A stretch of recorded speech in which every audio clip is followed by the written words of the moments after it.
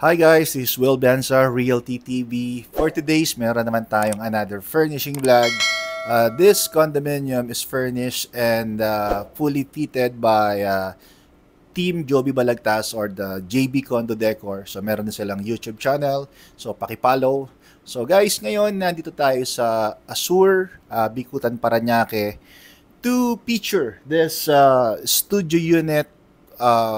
The size is I think mga 26 to 28 square meter including the balcony. Ayun yung view niya. So mayroon siyang Laguna Lake view and then may malaking balcony dyan. Alright, so before that, pakita ko na sa inyo, no?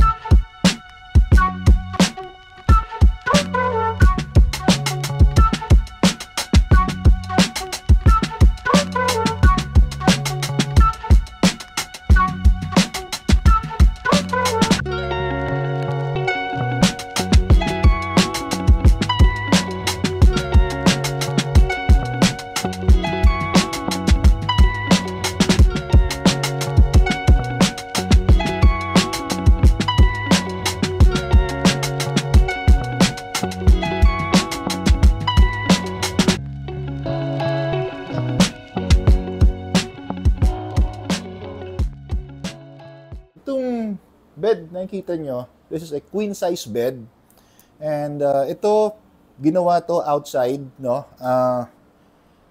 Pinabricate and ginawa outside ng Team JB Condo Decor. So customized bed siya, it's a queen size bed. Okay? Ngayon, ang maganda rito is the headboard. So yung headboard niya very seamless. So nakita nyo yung corner na yon, meron siyang wall doon, no? So para maging seamless yung design, ginawa medyo nilaparan itong headboard. So ngayon parang meron kang ledge dito. Ang maganda sa ledge na to, very functional. Mahilig ka magbasa ng books, pwede mong ipatong, no? Or anything, pwede rin mga decors, pwede mong ilagay. Tapos nilagyan din ng ilaw to. Ayan, meron siyang lightings na warm light, no? Pwede mong i-off, pwede mong i-on. Tapos at the side, meron tayong dalawang side table. Ayan. Tapos meron din tayo doon. Pakita mo, Chester, yung side table sa kabila. Ayan. Tapos ang maganda dyan, meron na rin tayong mga outlets, continuous outlet, and mga USB socket. Okay? Tapos naglagay na rin ng wall cladding dito, no? So, ang ganda ng ginamit na wall cladding, no? Very sturdy siya. Pero magaan, madaling ikabit. And nagbigay ng magandang design sa wall. Tapos dito meron siyang reading lamp, no? So it's up to you kung gusto mong gamitin. If you don't want, off mo lang. Then itong reading lamp, ayan, no? So pwede mo siyang iikot, no? Ayan, anywhere. So maganda rito, very paghiga mo dito, lahat ng needs mo, even yung wipe mo, partner mo, meron siyang sariling socket. Ako din, meron sariling socket. No? So, for the iPhone and other mobile phones. Now, dito sa vanity area, again, nagkaroon tayo dito ng wall. No? So, ang ginawa ng JB Condo Decor, ginawa na itong isang mahaba. No? Diniretso dito. Tapos, nilagyan ng mga open shelves. Tapos may mga LED profile. So pakita mo, Chester. Ayan. So bali ilan to? 1, 2, 3, 4. So anything pwede mong ilagay dyan. Bags, mga perfumes, books. So basically anything. And also dito meron ka mga drawers. Ayan. So dahil mong pwedeng ilagay. Sa kabila, meron ding drawers. Ayan. Tapos, meron din siyang mga USB socket. Ayan. Tapos yung switch ng ilaw, magkasama siya. Ayan. Yung ilaw natin, 3 options. May cool white, may warm, and merong the clear na option.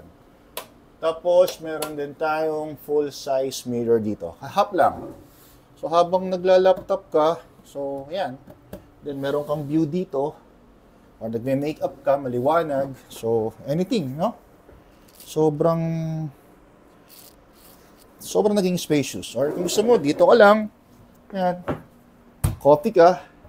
Tapos, nandyan yung partner mo or ano. So, pwede kayong mag-usap. Tapos, pwede ka rin magbasa ng books dito. So, very functional itong space na to. Alright. Then, naglagay din tayo ng mga, ito. Yan. Yung roll up, no? So, pwede rin naman dito yung curtains na 2 sides, yung white at saka yung dark. Okay? So, ayan, naglagay din tayo ng pendant lamp dito. Aesthetic lang. But then, for now, ito yung pinaka-paborito kong part. So, pag nandito ka, sobrang ganda. And pag nakahiga ka, sobrang ganda ng vibe. No? And meron tayong, ito, ang maganda dito sa Azure, pag turn over na siya, kasama na yung cabinet. No? Pag deliver. Tapos, naka-flooring na rin. Wood vinyl yata to, no? So, naka-flooring na rin. Kaya hindi naman kayo masyadong nahirapan dito. So, ang pinrovide lang namin dito, itong queen size bed and all the lightings. Pinrovide namin yan. Itong cladding, no? Tapos, itong sa vanity. Yan. Itong condominium is good for 2 lang, no? Pero, ang gusto ni client, may option siya na parang kung may guest siya, pwede niyang i-convert itong sofa, no? So, itong sofa is a 2-seater sofa, pero malubag siya. Ayan, no? Actually, tatlong medyo 5 feet, 5'5" na tao, pwedeng umupo dito, no? So, maluwag siya, pero ang maganda sa sofa, sobrang functional.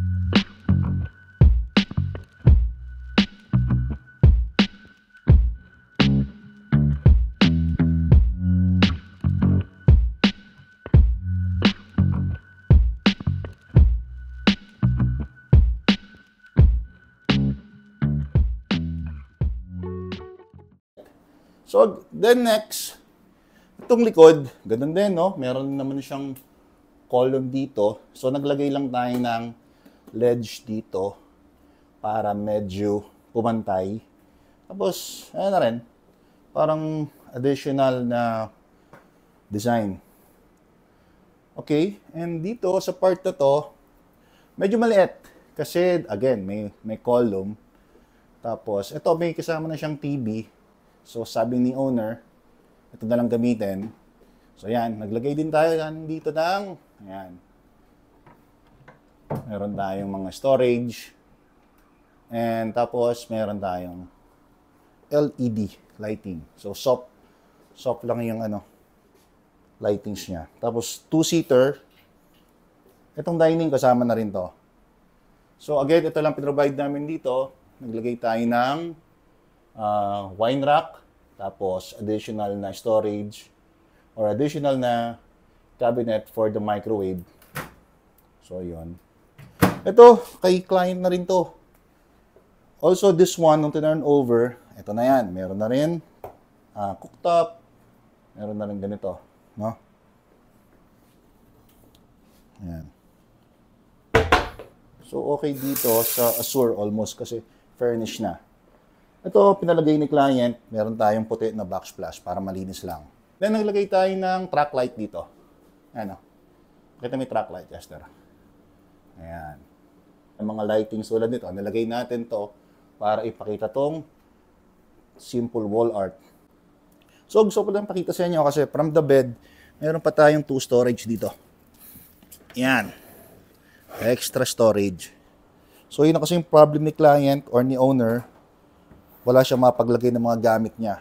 Kasi iisa lang yung cabinet. Itong closet cabinet. So, lahat ng mga stuff niya, dito nilalagay. Mamaya, pakita ko sa inyo ginawa nating storage. Pero ngayon, sir, pakita mo.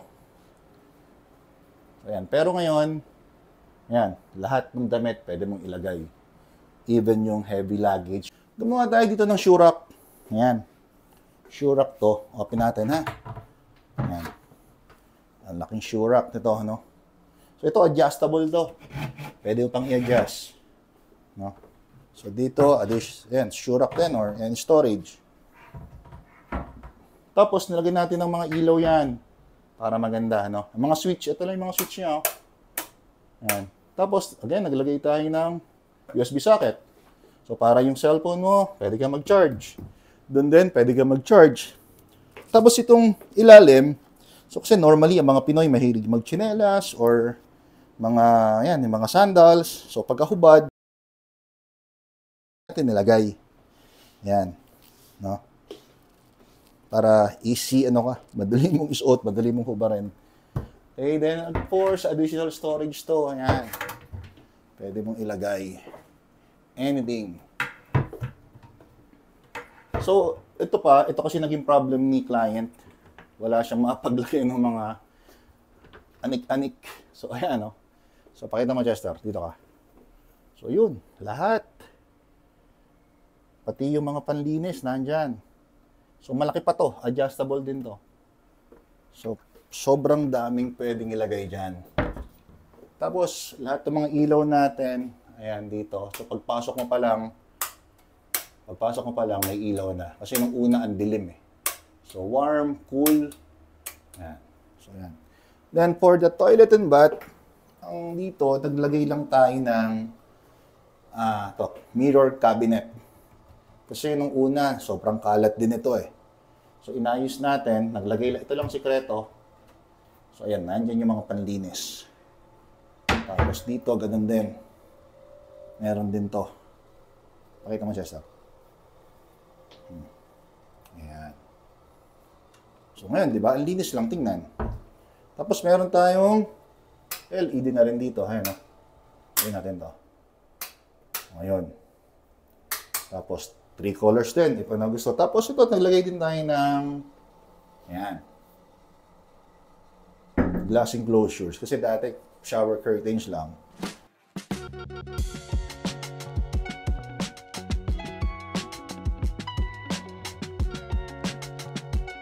Sobrang naging ganda nung finish ng condominium.